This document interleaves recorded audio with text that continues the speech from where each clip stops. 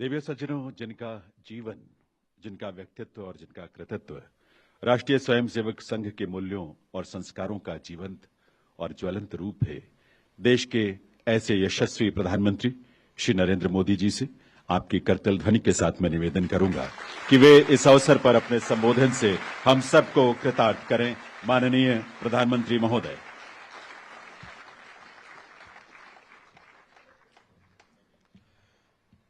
मंच पर विराजमान राष्ट्रीय स्वयंसेवक संघ के सरकार्यवाह माननीय दत्तात्रेय होसबोले जी, केंद्रीय मंत्री श्री गजेंद्र शेखावत जी, दिल्ली के लोकप्रिय मुख्यमंत्री रेखा गुप्ता जी, राष्ट्रीय स्वयंसेवक संघ के सभी स्वयंसेवक, अन्य सभी वरिष्ठ महानुभाव, देवी और सज्जनों, कल हमारे एक पुराने स्वयंसेवक और संघ के हर मोड़ पर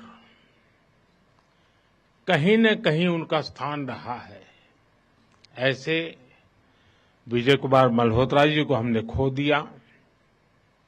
मैं सबसे पहले उनको आदरपूर्वक श्रद्धांजलि देता हूं। साथियों, आज महानवमी है। आज देवी सिद्धिदात्री का दिन है। मैं सभी देशवासियों को नवरात्रि की बधाई देता हूं। कल विजयादशमी का महापर्व है। अन्याय पर न्याय की जीत, असत्य पर सत्य की जीत, अंधकार पर प्रकाश की जीत। विजयादशमी भारतीय संस्कृति के इस विचार और विश्वास का कालजयी उद्घोष है।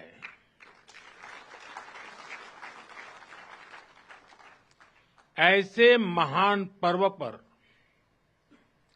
100 वर्ष पूर्व राष्ट्रीय स्वयंसेवक संघ की स्थापना, ये कोई संयोग नहीं था। ये हजारों वर्षों से चली आ रही उस परंपरा का पुनरुत्थान था, जिसमें राष्ट्र चेतना समय समय पर उस युग की चुनौतियों का सामना करने के लिए नए नए अवतारों में प्रकट होती है। इस युग में संघ उसी अनादि राष्ट्र चेतना का पुण्य अवतार है।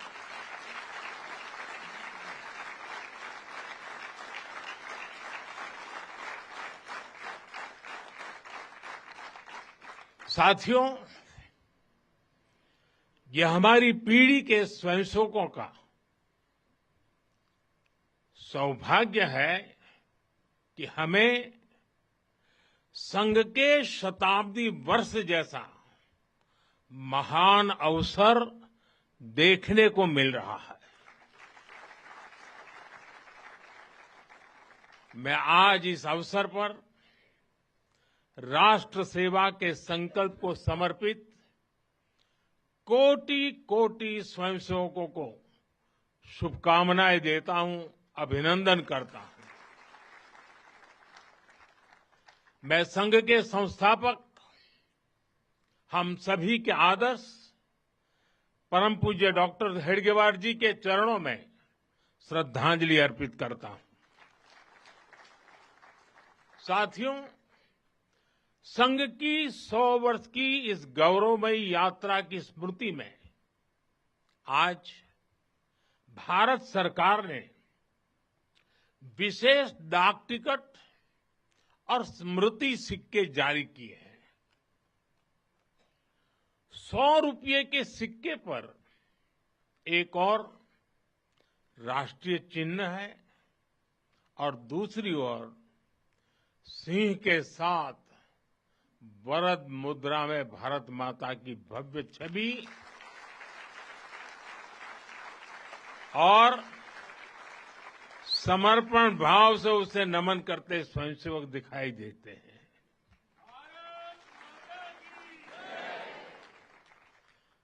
भारतीय मुद्रा पर भारत माता की तस्वीर संभवतः स्वतंत्र भारत के इतिहास में पहली बार ऐसा हुआ है।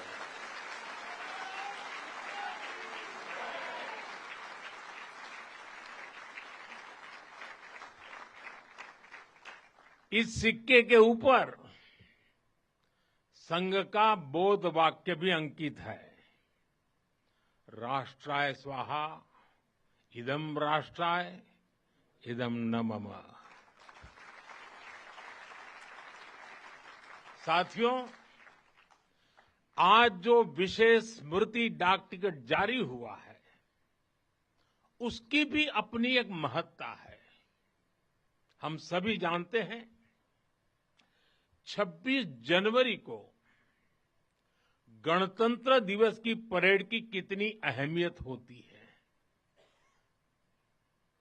1963 में 1963 में आरएसएस के स्वयंसेवक भी 26 जनवरी की उस राष्ट्रीय परेड में शामिल हुए थे और उन्होंने आन बान शान से राष्ट्रभक्ति की धुन पर कदम ताल किया था। इस टिकट में उसी ऐतिहासिक क्षण की स्मृति है। साथियों, संघ के स्वयंसेवक जो अनवरत रूप से देश की सेवा में जुटे हैं, समाज को सशक्त कर रहे हैं, इसकी भी झलक एक स्मारक डाक टिकट में है। मैं इन स्मृति सिक्कों और डाक टिकट के लिए देशवासियों को बहुत बहुत बधाई देता हूं। साथियों, जिस तरह विशाल नदियों के किनारे मानव सभ्यताएं पनपती हैं, उसी तरह संघ के किनारे भी और संघ की धारा में भी सैकड़ों जीवन पुष्पित पल्वित हुए हैं। जैसे एक नदी जिन रास्तों से बहती है, उन क्षेत्रों को, वहां की भूमि को, वहां के गांवों को सुजलाम सुफलाम बनाती हुई अपने जल से समृद्ध करती है, वैसे ही संघ ने इस देश के हर क्षेत्र, समाज के हर आयाम को स्पर्श किया है। यह अविरल तप का फल है, यह राष्ट्र प्रवाह प्रबल है। साथियों, जिस तरह एक नदी कई धाराओं में खुद को प्रकट करती है, हर धारा अलग अलग क्षेत्र को पोषित करती है, संघ की यात्रा भी ऐसी ही है। संघ के अलग अलग संगठन भी जीवन के हर पक्ष से जुड़कर राष्ट्र की सेवा करते हैं। शिक्षा हो, कृषि हो, समाज कल्याण हो, आदिवासी कल्याण हो, महिला सशक्तिकरण हो, कला और विज्ञान का क्षेत्र हो, हमारा श्रमिक भाई बहनों, समाज जीवन के ऐसे कई क्षेत्रों में संघ निरंतर कार्य कर रहा है। और इस यात्रा की भी एक विशेषता रही है। संघ की एक धारा अनेक धारा तो बनी, मल्टीप्लाई तो होती गई, लेकिन उनमें कभी विरोधाभास पैदा नहीं हुआ, डिवीजन नहीं हुआ, क्योंकि हर धारा का, विविध क्षेत्र में काम करने वाले हर संगठन का उद्देश्य एक ही है, भाव एक ही है, राष्ट्र प्रथम, नेशन फर्स्ट। साथियों, अपने गठन के बाद से ही राष्ट्रीय स्वयंसेवक संघ विराट उद्देश्य लेकर चला और ये उद्देश्य रहा राष्ट्र निर्माण। इस उद्देश्य की पूर्ति के लिए संघ ने जो रास्ता चुना वो था व्यक्ति निर्माण से राष्ट्र निर्माण, और इस रास्ते पर सतत चलने के लिए जो कार्यपद्धति चुनी वो थी नित्य नियमित चलने वाली शाखा। साथियों, परम पूज्य डॉक्टर हेडगेवार जी जानते थे कि हमारा राष्ट्र तभी सशक्त होगा जब हर नागरिक के भीतर राष्ट्र के प्रति दायित्व का बोध जागृत होगा। हमारा राष्ट्र तभी ऊंचा उठेगा जब भारत का हर नागरिक राष्ट्र के लिए जीना सीखेगा। इसलिए वो व्यक्ति निर्माण में निरंतर जुटे रहे और उनका तरीका भी कुछ अलग ही था। परम पूज्य डॉक्टर हेडगेवार जी से हम बार बार सुना है, वो कहते थे जैसा है वैसा लेना है, जैसा चाहिए वैसा बनाना है। लोक संग्रह का डॉक्टर साहब का ये तरीका कुछ कुछ अगर समझना है तो हम कुम्हार को याद करते हैं। जैसे कुम्हार ईंट पकाता है तो जमीन की सामान्य सी मिट्टी से शुरू करता है। कुम्हार मिट्टी को लाता है, उस पर मेहनत करता है, उसे आकार देकर तपता है, खुद भी तपता है, मिट्टी को भी तपाता है, फिर उन ईंटों को इकट्ठा करके उनसे भव्य इमारत बनाता है। ऐसे ही डॉक्टर साहब बिल्कुल सामान्य लोगों को चुनते थे, फिर उनको सिखाते थे, विजन देते थे, उनको गढ़ते थे। इस तरह वो देश के लिए समर्पित स्वयंसेवक तैयार करते थे। इसलिए संघ के बारे में कहा जाता है कि इसमें सामान्य लोग मिलकर असामान्य अभूतपूर्व कार्य करते हैं। साथियों, व्यक्ति निर्माण की ये सुंदर प्रक्रिया हम आज भी संघ की शाखाओं में देखते हैं। संघ शाखा का मैदान एक ऐसी प्रेरणा भूमि है जहां से स्वयं सेवक की अहम से वयम की यात्रा शुरू होती है। संघ की शाखाएं व्यक्ति निर्माण की यज्ञ वेदी है। इन शाखाओं में व्यक्ति का शारीरिक, मानसिक और सामाजिक विकास होता है। स्वयंसेवकों के मन में राष्ट्र सेवा का भाव और साहस दिन प्रतिदिन पनपता रहता है। उनके लिए त्याग और समर्पण सहज हो जाता है। श्रेय के लिए प्रतिस्पर्धा की भावना समाप्त हो जाती है और उन्हें सामूहिक निर्णय और सामूहिक कार्य का संस्कार मिलता है। साथियों, राष्ट्र निर्माण का महान उद्देश्य व्यक्ति निर्माण का स्पष्ट पथ और शाखा जैसी सरल जीवंत कार्य पद्धति, यही संघ की 100 वर्षों की यात्रा का आधार बने हैं। इन्हीं स्तंभों पर खड़े होकर संघ ने लाखों स्वयंसेवकों को गढ़ा, जो विभिन्न क्षेत्रों में देश को अपना सर्वोत्तम दे रहे हैं, देश को आगे बढ़ाने के लिए निरंतर प्रयास कर रहे हैं। समर्पण से, सेवा से और राष्ट्र के उत्कर्ष की साधना से। साथियों, संघ जब से अस्तित्व में आया, संघ के लिए देश की प्राथमिकता ही उसकी अपनी प्राथमिकता रही है। इसलिए जिस कालखंड में जो बड़ी चुनौती देश के सामने आई, संघ ने उस कालखंड के अंदर अपने आप को झोंक दिया, संघ उससे जूझता रहा। आजादी की लड़ाई के समय देखें तो परम पूज्य डॉक्टर हेडगेवार जी समेत अनेक कार्यकर्ता ने स्वतंत्रता आंदोलन में हिस्सा लिया। डॉक्टर साहब कई बार जेल तक गए।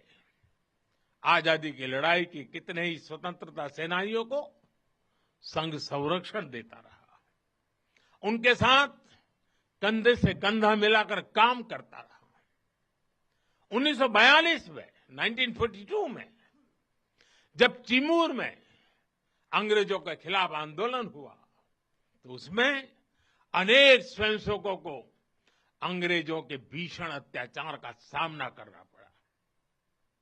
आजादी के बाद भी हैदराबाद में निजाम के अत्याचारों के खिलाफ संघर्ष से लेकर गोवा के स्वतंत्रता आंदोलन और दादरा नगर हवेली की मुक्ति तक संघ ने कितने ही बलिदान दिए, और भाव एक ही रहा, राष्ट्र प्रथम। लक्ष्य एक ही रहा, एक भारत श्रेष्ठ भारत। साथियों, राष्ट्र साधना की इस यात्रा में ऐसा नहीं है कि संघ पर हमले नहीं हुए, संघ के खिलाफ साजिशें नहीं हुई। हमने देखा है कैसे आजादी के बाद भी संघ को कुचलने का प्रयास हुआ, मुख्य धारा में आने देने का और उसे न आने से रोकने का अनगिनत षड्यंत्र हुए। परम पूज्य गुरु जी को झूठे केस में फंसाया गया, उन्हें जेल तक भेज दिया गया, लेकिन जब पूज्य गुरु जी जेल से बाहर आए तो उन्होंने सहज रूप से कहा, और शायद इतिहास की तवारीख में ये भाव, ये शब्द एक बहुत बड़ी प्रेरणा है। तब परम पूज्य गुरु जी ने बहुत सहजता से कहा था, कभी कभी जीभ दांतों के नीचे आकर दब जाती है, कुचल भी जाती है, लेकिन हम दांत नहीं तोड़ देते, क्योंकि दांत भी हमारे हैं और जीभ भी हमारी है। आप कल्पना कर सकते हैं, जिन्हें जेल में इतनी यातनाएं दी गई, जिन पर भांति भांति के अत्याचार हुए, उसके बाद भी परम पूज्य गुरु जी के मन में कोई रोष नहीं था, कोई दुर्भावना नहीं थी। यही परम पूज्य गुरु जी का ऋषि तुल्य व्यक्तित्व था। उनकी यही वैचारिक स्पष्टता संघ के प्रत्येक स्वयंसेवक के जीवन के मार्गदर्शक बनी। इसी ने समाज के प्रति एकात्मता और आत्मीयता के संस्कारों को सशक्त किया, और इसलिए चाहे संघ पर प्रतिबंध लगे, चाहे षड्यंत्र हुए, झूठे मुकदमे हुए, संघ के स्वयंसेवकों ने कभी कटुता को स्थान नहीं दिया, क्योंकि वो जानते हैं हम समाज से अलग नहीं है, समाज हम सबसे ही तो बना है। जो अच्छा है वो भी हमारा है, जो कम अच्छा है वो भी हमारा है। साथियों, और दूसरी बात, जिसने कभी कटुता को जन्म नहीं दिया, वो है प्रत्येक स्वयंसेवक का लोकतंत्र और संवैधानिक संस्थाओं में अडिग विश्वास। जब देश पर इमरजेंसी थोपी गई, तो इसी एक विश्वास ने हर स्वयंसेवक को ताकत दी, उसे संघर्ष करने की क्षमता दी।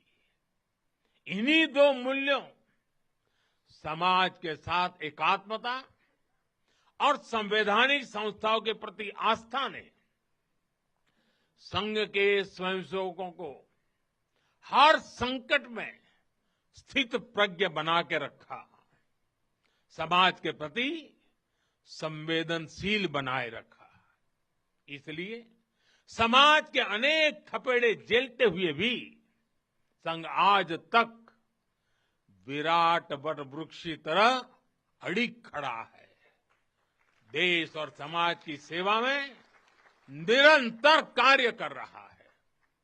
अभी यहां हमारे एक स्वयंसेवक ने इतनी सुंदर प्रस्तुति दी, शून्य से एक शतक बने, शून्य से एक शतक बने, अंक की मन भावना, भारती की जय विजय हो, ले हृदय में प्रेरणा, कर रहे हम साधना, मातृभू आराधना। और उस गीत का संदेश था, हमने देश को ही देव माना है और हमने देह को ही दीप बना करके जलने का सीखा है। वाकई ये अद्भुत था। साथियों, प्रारंभ से संघ राष्ट्रभक्ति और सेवा का पर्याय रहा है। जब विभाजन की पीड़ा ने लाखों परिवारों को बेघर कर दिया, तब स्वयंसेवकों ने शरणार्थियों की सेवा की। संघ के स्वयंसेवक अपने सीमित संसाधनों के साथ सबसे आगे खड़े थे। यह केवल राहत नहीं था, यह राष्ट्र की आत्मा को संबल देने का कार्य था। साथियों, 1956 में 1956 में गुजरात के कच्छ के अंजार में बहुत बड़ा भूकंप आया था। तबाही इतनी बड़ी थी, चारों ओर विनाश का दृश्य था। उस समय भी संघ के स्वयंसेवक राहत और बचाव में जुटे थे। तब परम पूज्य गुरु जी ने गुजरात के वरिष्ठ संघ के प्रचारक वकील साहब को, जो उस समय गुजरात का कार्य संभालते थे, उन्हें एक पत्र लिखा था। उन्होंने लिखा था, किसी दूसरे के दुख को दूर करने के लिए निस्वार्थ भाव से खुद कष्ट उठाना एक श्रेष्ठ हृदय का परिचायक है। साथियों, खुद कष्ट उठाकर दूसरों के दुख हरना, ये हर स्वयंसेवक की पहचान है। याद करिए 1962 के युद्ध का वो समय, संघ के स्वयंसेवकों ने दिन रात खड़े रहकर सेना की मदद की, उनका हौसला बढ़ाया, सीमा पर बसे गांवों में मदद पहुंचाई। 1971 में लाखों शरणार्थी पूर्वी पाकिस्तान से भारत की धरती पर आए। उनके पास न घर था न साधन। उस कठिन घड़ी में स्वयंसेवकों ने उनके लिए अन्न जुटाया, आश्रय दिया, स्वास्थ्य सेवाएं पहुंचाई, उनके आंसुओं को पोंछा, उनकी पीड़ा को साझा किया। साथियों, एक बार, और हम जानते हैं 1984 सिखों के खिलाफ जो कत्लेआम चलाया गया था, अनेक सिख परिवार संघ के स्वयंसेवकों के घरों में आकर के आश्रय ले रहे थे। यह स्वयंसेवकों का स्वभाव रहा है। साथियों, एक बार पूर्व राष्ट्रपति डॉक्टर एपीजे अब्दुल कलाम चित्रकूट गए थे। वहां उन्होंने नानाजी देशमुख जिस कार्य को कर रहे थे, उस आश्रम स्थान को देखा था, वहां के सेवा कार्य देखे, वो हैरान रह गए थे। उसी प्रकार से पूर्व राष्ट्रपति प्रणब मुखर्जी जब नागपुर गए तो वो भी संघ के अनुशासन, संघ की सादगी उसको देखकर बहुत प्रभावित हुए थे। साथियों, आज भी आप देखें, पंजाब की बाढ़, हिमाचल उत्तराखंड की आपदा, केरल के वायनाड की त्रासदी, हर जगह स्वयंसेवक सबसे पहले पहुंचने वालों में से एक रहते हैं।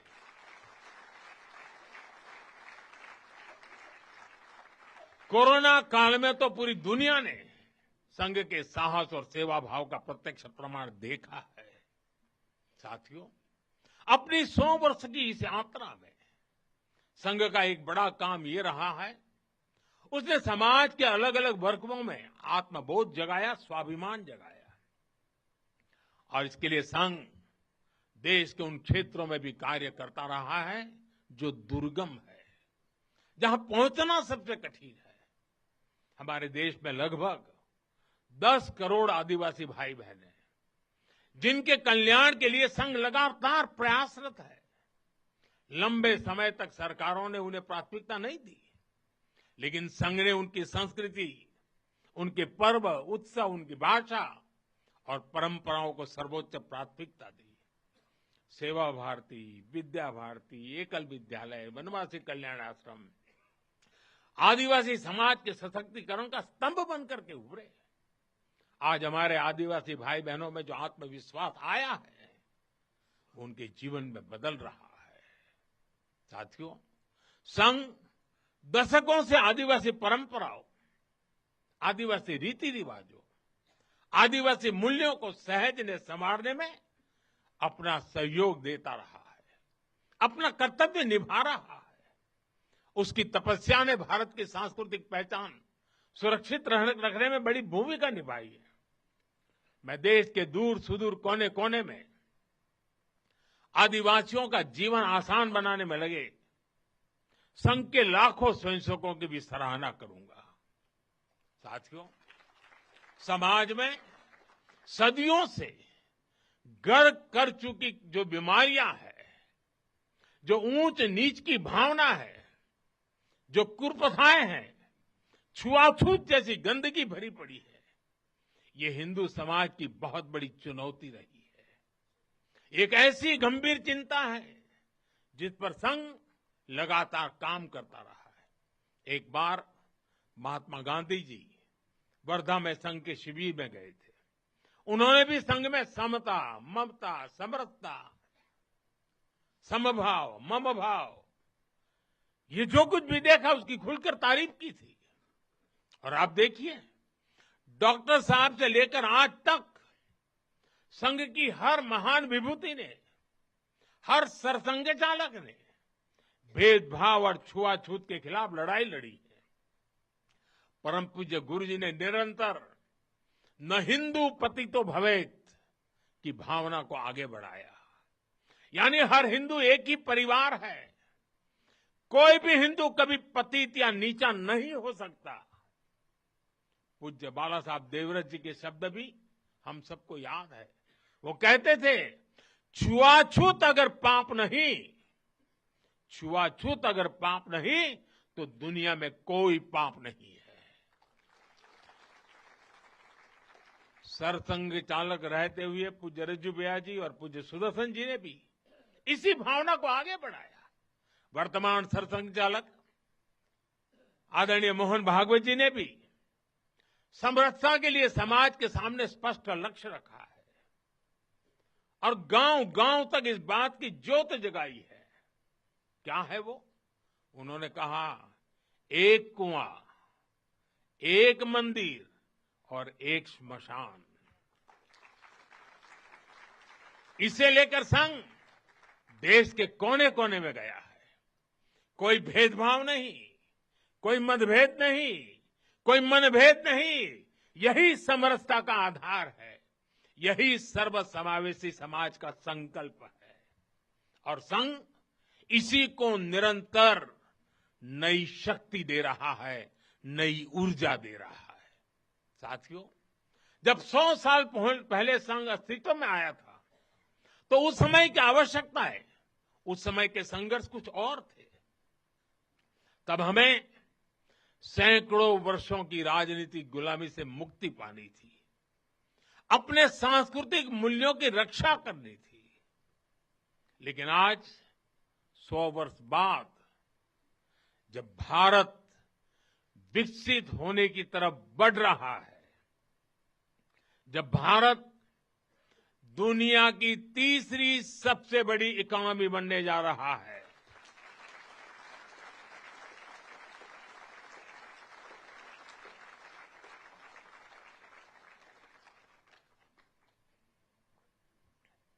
जब देश और देश का बहुत बड़ा गरीब वर्ग गरीबी को परास्त करके, गरीबी को पराजित करके आगे आ रहा है, जब हमारे युवाओं के लिए नए नए सेक्टर्स में नए अवसर बन रहे हैं, जब ग्लोबल डिप्लोमेसी से क्लाइमेट पॉलिसीज तक भारत विश्व में अपनी आवाज बुलंद कर रहा है, तब आज के समय की चुनौतियां अलग है, संघर्ष भी अलग है। दूसरे देशों पर आर्थिक निर्भरता हमारी एकता को तोड़ने की साजिशें, डेमोग्राफी में बदलाव के षड्यंत्र, एक प्रधानमंत्री के नाते मैं नम्रतापूर्वक कहूंगा कि मुझे बहुत संतोष है कि हमारी सरकार इन चुनौतियों से तेजी से निपट रही है।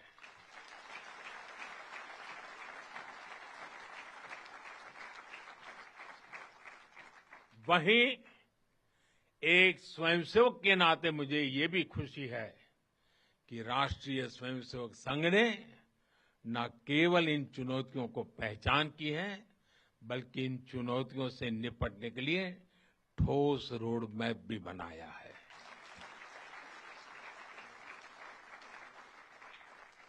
अभी माननीय दत्ता जी ने जिन चीजों का उल्लेख किया, मैं अपने तरीके से फिर से एक बार उसका उल्लेख करना चाहूंगा।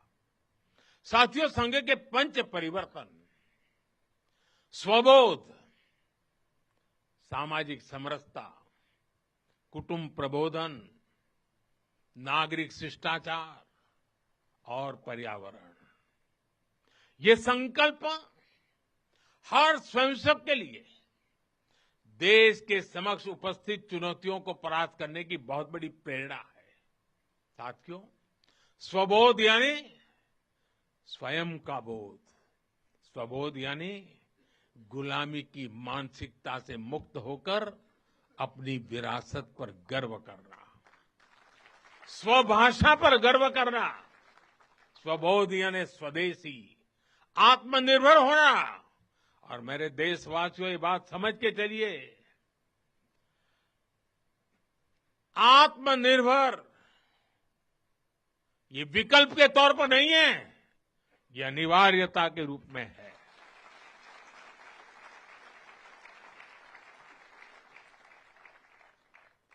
हमें स्वदेशी के अपने मूल मंत्र को समाज का संकल्प बनाना है।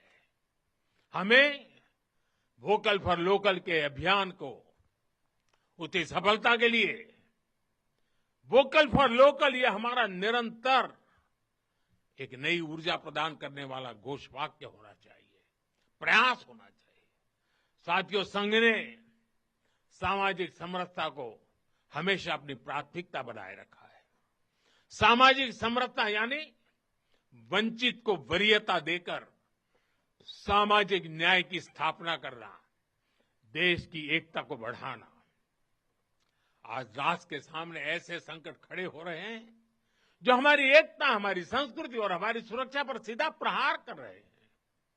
अलगाववादी सोच, क्षेत्रवाद, कभी जाति, कभी भाषा को लेकर विवाद, कभी बाहरी शक्तियों द्वारा भड़काई गई विभाजनकारी प्रवृत्तियां, ये सब अनगिनत चुनौतियां हमारे सामने खड़ी है। भारत की आत्मा हमेशा विविधता में एकता ही रही है। अगर इस सूत्र को तोड़ा गया तो भारत की शक्ति भी कमजोर होगी, और इसलिए हमें इस सूत्र को निरंतर जीना है, उसे मजबूती देनी है। साथियों, सामाजिक समरसता को आज डेमोग्राफी में बदलाव के षड्यंत्र से, घुसपैठियों से भी बड़ी चुनौती मिल रही है। ये हमारी आंतरिक सुरक्षा और भविष्य की शांति से भी जुड़ा हुआ प्रश्न है और इसलिए मैंने लाल किले से डेमोग्राफी मिशन की घोषणा की है। हमें इस चुनौती से सतर्क रहना है, इसका डटकर मुकाबला करना है। साथियों, कुटुंब प्रबोधन आज समय की मांग है। जो समाज शास्त्र के सदियों से चली आई पंडितों की भाषा है, उनका कहना है, हजारों साल तक भारत के जीवन में जो प्राण शक्ति रही है, उसके अंदर एक कारण उसकी परिवार संस्था है। भारतीय समाज व्यवस्था की सबसे मजबूत इकाई अगर कोई है तो भारतीय समाज में पनपी हुई एक मजबूत परिवार व्यवस्था है। कुटुंब प्रबोधन यानी उस परिवार संस्कृति का पोषण जो भारतीय सभ्यता का आधार है, जो भारतीय संस्कृति से प्रेरित है, जो जड़ों से जुड़े हैं। परिवार के मूल्य, बुजुर्गों का सम्मान, नारी शक्ति का आदर, नौजवानों में संस्कार, अपने परिवार के प्रति दायित्व को निभाना, उसे समझना, उस दिशा में परिवार को, समाज को जागरूक करना बहुत ही आवश्यक है। साथियों, अलग अलग कालखंड में जो भी देश आगे बढ़ा, उसमें नागरिक शिष्टाचार की बहुत बड़ी भूमिका रही है। नागरिक शिष्टाचार अर्थात कर्तव्य की भावना, नागरिक कर्तव्य का बोध हर देशवासी में हो। स्वच्छता को बढ़ावा, देश की संपत्ति का सम्मान, नियमों और कानूनों का सम्मान, हमें इसे लेकर आगे बढ़ना है। हमारे संविधान की भावना है नागरिक अपने कर्तव्यों का पालन करे। हमें संविधान की इसी भावना को निरंतर सशक्त करना है। साथियों, पर्यावरण की रक्षा वर्तमान और आने वाली पीढ़ियों के लिए बहुत जरूरी है। ये पूरी मानवता के भविष्य से जुड़ा है। हमें इकोनॉमी के साथ ही इकोलॉजी की भी चिंता करनी है। जल संरक्षण, ग्रीन एनर्जी, क्लीन एनर्जी, ये सारे अभियान इसी दिशा में है। साथियों, संघ के ये पंच परिवर्तन, ये वो साधन है जो देश का सामर्थ्य बढ़ाएंगे, जो देश को विभिन्न चुनौतियों से निपटने में मदद करेंगे, जो 2047 तक विकसित भारत के निर्माण का आधार होंगे।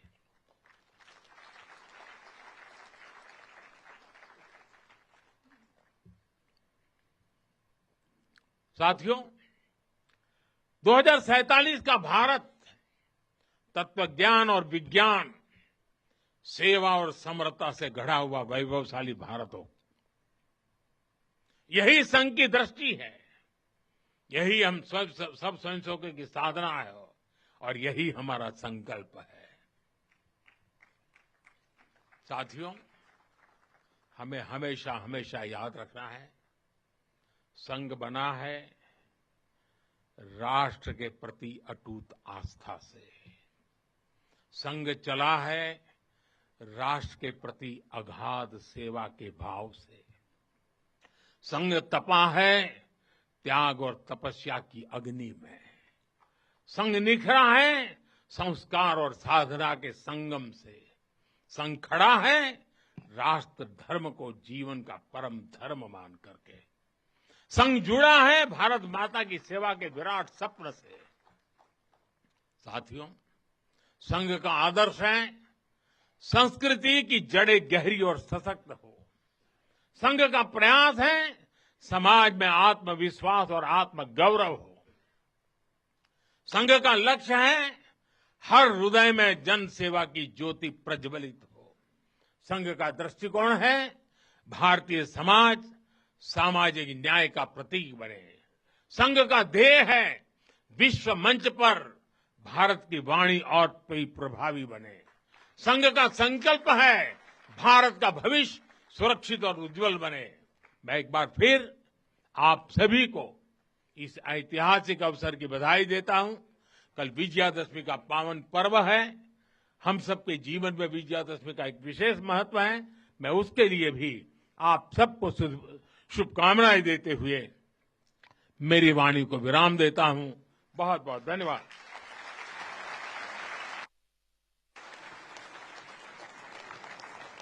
देवी सज्जनों, आप सभी से अनुरोध है, आप सभी अपने अपने स्थान पर खड़े हों। राष्ट्र